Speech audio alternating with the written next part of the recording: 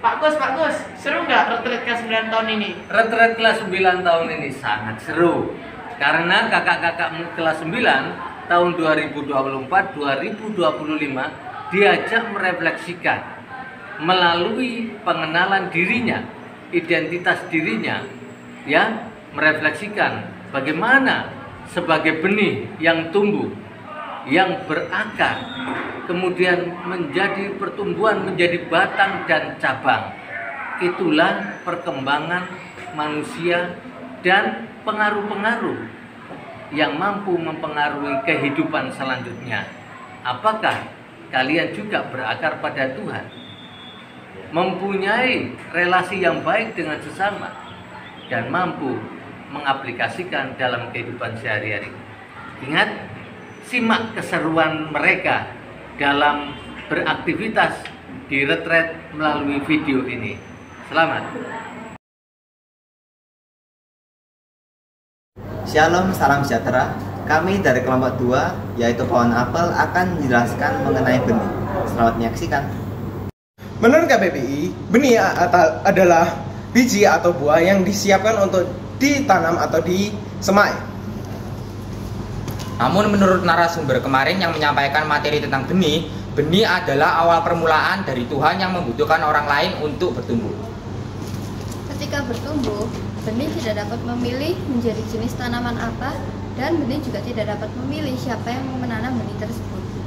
Jika diibaratkan dengan manusia, kita tidak bisa melawan kehendak Tuhan untuk menentukan jenis kelamin kita dan orang tua kita. Benih juga mudah rapuh, memerlukan bantuan dari lingkungan sekitar seperti sinar matahari, mineral, dan cadangan makanan. Benih dapat diibaratkan sebagai awal dari segala awal dalam kehidupan kita. Semua tumbuhan pasti tumbuh melalui benih terlebih dahulu kan, baru disusul dengan bagian-bagian tumbuhan lainnya. Kita hanya bisa mengembangkan sesuatu yang telah Tuhan berikan kepada kita.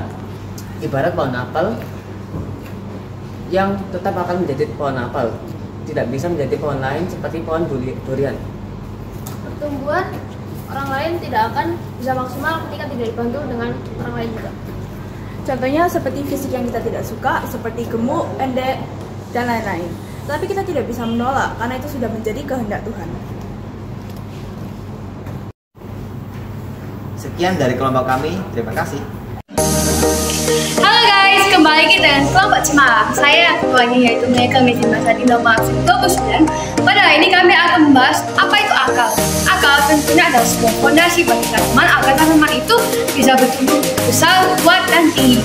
Namun, apa itu akal dalam pertumbuhan kita sendiri, baik iman, fisik, maupun spiritual kita? Nah, kita akan membahas hal itu. Namun, apa itu akal? Sebelum itu, perkenalkan saya Nurul dari Minerva. Akal berasal dari biji yang sangat kecil, di mana biji ini menggambarkan iman kita terhadap Tuhan Yang Maha Esa. Biji ini juga menjelaskan mengenai bagaimana relasi kita terhadap Tuhan. Di mana semakin baik relasi kita terhadap Tuhan, maka semakin besar dan berkembanglah iman kita. Namun seperti akal Tuhan yang menyerap air dari biji, apa yang diserap oleh akal itu bukan saya berkembang, dan saya adalah bagian yang ketiga. Bagaimana itu harusnya? Namun, apa saja yang dapat kita lakukan sebagai nutrisi? Salah satunya adalah membaca firman Tuhan, mengikuti misa, dan lain-lain. Namun, dengan itu kita juga dapat membangun relasi kepada Tuhan Yang Maha Esa. Dengan begitu, kita bisa membangun atau menciptakan hubungan yang dekat dan kuat dengan Tuhan, sehingga itu menjadi fondasi yang kuat untuk iman kita. Dan nama saya Theo Christian. Nah, dengan begitu kita bisa simpulkan bahwa akal iman yang kuat adalah fondasi yang stabil, yang begitu bisa mendukung keyakinan dan tekanan dalam menghadapi segala tantangan hidup. Terima kasih sudah mendengar. Have a good day. Halo kakak pembina dan bapak ibu guru yang saya hormati, juga teman-teman yang saya kasih. Pada kesempatan kali ini kami dari kelompok Sakura akan menampilkan video penjelasan singkat mengenai batang dalam keluarga. Pada kesempatan kali ini kita akan membahas tentang batang. Batang yang dimaksud adalah batang relasi antara kita dan keluarga. Dalam hal ini kita akan membahas tentang adanya rasa kebanggaan terhadap keluarga, rasa kecewa, dan juga solusi yang akan kita gunakan untuk itu. Dan sebelum itu juga kita akan mempelajari tentang beberapa pengertian. Pengertian tersebut akan dijelaskan oleh partner saya. Terima kasih. Nah, jadi dalam biologi, batang ini berfungsi sebagai penyalur nutrisi dari akar ke seluruh bagian tumbuhan. Maka kita bisa menyimpulkan bahwa keluarga itu merupakan batang dari kehidupan kita. Yang berarti keluarga itu penghubung antara kita dengan Tuhan. Kalau hubungan kita dengan keluarga rusak, maka hubungan dengan Tuhan juga akan ikut rusak. Lalu 5 contoh yang membuat saya bangga. Yang pertama adalah saya dapat sering beribadah bersama. Yang kedua, jalan-jalan bersama. Yang ketiga, cita-cita saya itu didukung. Yang keempat, orang tua saya memberikan keadilan bagi saya. Dan inilah 3 contoh yang membuat saya kecewa dengan keluarga saya. Yang pertama adalah orang tua yang selalu berantem. Kedua adalah masalah finansial. Dan ketiga adalah orang tua yang strict. Dan ini untuk beberapa solusi yang bisa diberikan oleh kelompok kami. Pertama, kita harus bisa mulai menghargai apa yang dikatakan dalam keluarga. Kita harus bisa mengenali beberapa masalah tersebut. Kita juga harus bisa mengelolanya dengan tidak terlalu gampang ambil pusing atau marah-marah.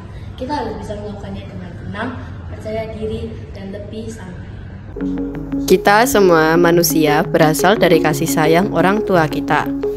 Dalam hitungan hari, kita semakin bertumbuh dan relasi kita semakin luas. Dengan relasi kita yang semakin luas itu, kita juga bertemu dengan banyak orang yang memberi pengaruh bagi kita, baik itu pengaruh negatif maupun pengaruh positif. Ini adalah beberapa sharing dari teman-teman kita dengan orang-orang yang mempengaruhi sifat-sifat mereka dan kehidupan mereka. Halo teman-teman, saya Katrin. Dan saya hari ini mau cerita dikit-dikit aja tentang diri saya sendiri. Saya dulunya itu kayak anak-anak yang pendiam gitu loh, biasanya kayak nilainya jelek, udah pendiam lagi, udah jelek gitu kan. Pokoknya gitu lah. Tapi setelah aku masuk SMP, apalagi pas kelas 8 ya, aku ketemu satu orang yang kayak orangnya aneh. Kayak itu dia tuh, maksudnya dia gila. Dia tapi orangnya asik, dia gila tapi orangnya asik. Jadi dia tuh kayak ngajakin aku kenalan toh. Udah aku yayain aja, soalnya aku dulu nggak ada teman sama kelas 8. Udah aku sering terus aku dikenalin sama dia ke teman-temannya dia yang lain. Ya dari itu aku lebih mulai bisa terbuka dengan dia, dan bahkan teman-temannya aku bahkan lebih deket dengan teman-temannya daripada dia ya. Tapi aku bersyukur banget sampai sini, meskipun aku mikirnya kalau dia gila atau nggak, dia kayak apa ya, pokoknya nggak selalu ekspektasiku. Kan dulu aku ngiranya aku pengen punya temen yang pinter, aku pengen punya temen yang gini-gini, tapi dia tuh enggak, kayaknya pokoknya opposite dari harapanku. Tapi sebenarnya dia ini kayak aku bersyukur banget sama dia, soalnya aku lebih bisa membuka diriku lebih baik, bisa bersosialisasi pada orang lain, aku bisa kayak sekarang lebih berani presentasi dengan lain gitu. Jadi pokoknya aku bersyukur banget dengan orang ini. Terima kasih. Halo, nama saya JJ. Yang sekarang ini akan sharingkan tentang aku yang dulunya itu seorang yang pemalas, tidak disiplin ada waktu, dan sering menyengkuh. Tapi setelah aku diganti oleh Caca Pascip, dalam artian itu sangat keras, sehingga sekarang aku menjadi pribadi yang lebih baik, seperti lebih disiplin, pantang menyerah, dan tegak. Terima kasih. Minus, we are the strongest, never give up, we are the best.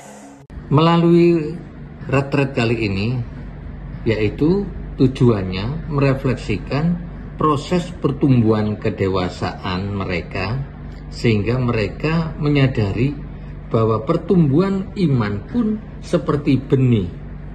Benih pun akan menjadi pohon yang menghasilkan buah. Melihat mulai dari awal, dari benih yang menjadi kehidupan, karena kasih dan kehendak Allah, mulai berakar pada relasi dengan Tuhan, bertumbuh dalam kontak relasi, tahap demi tahap, dengan orang tua, teman, bapak ibu guru, dan siapapun di sekitarnya. Dari relasi ini, teman-teman kalian yang kelas 9 diajak untuk bersyukur atas proses yang dialami suka, dan duka. Atas kemungkinan adanya luka-luka selama proses tumbuh dewasa dan berdamai dengannya, serta berdamai dengan Allah sendiri, Sang Pencipta. Nah, dari proses rekonsiliasi ini, kalian yang kelas 9 ini kembali mencari kehendak Tuhan dan mengapresiasikan dengan harapan dan cita-cita ke depan. Dengan itu harapannya mereka, kakak-kakakmu kelas 9, kan menghasilkan buah nyata yang bisa dirasakan dan dialami oleh orang tua dan dirinya. Semoga buah-buah dari kasih dalam relasi dengan orang tua, orang lain, teman-teman, bapak ibu guru, menjadi berkat bagi mereka semua. Dan mereka berjuang, kita semua berjuang untuk mencapai nilai-nilai keutamaan, yaitu solidaritas, kemampuan untuk menjadi teladan, bertanggung jawab, dan berprestasi di kehidupan selanjutnya. Tuhan memberkati. 9B